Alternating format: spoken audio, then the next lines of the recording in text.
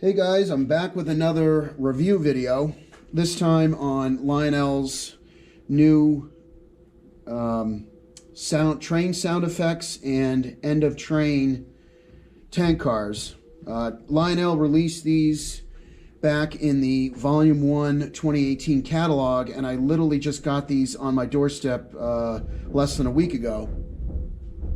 So the cars are nicely detailed, as you can see. They're the standard tank cars that Lionel makes. You've got the metal ladders, the metal handrails, and grab irons, the nicely detailed placards on the ends. You've got the nice graphics on either end, and the car on the left on your screen is the train sound effects car, and the car on the right is the EOT, end of train car. I got these cars. I was excited to get these because for two reasons. Number one, I wanted a train sound effects car. I know Lionel has made them in the box car in the past, and I also wanted an end of train car that I could run on my freight trains with the blinking red light to make the trains look a little bit more prototypical. And then the second reason was I wanted to add to my tank car collection. I currently have 5 tank cars, not including these. So this is a welcome addition to my freight car set. So I flipped this car, the sound effects car, over to show you guys the speaker on the bottom. That's where the sound comes out. You can see the holes on the bottom. And here's a close-up of the back of the EOT tank car with the end of train box on the end. So what I'll be doing now is just doing some quick running shots so you guys can hear what the sound effect car sounds like and how the end of train car looks like with the blinking light. So here we go.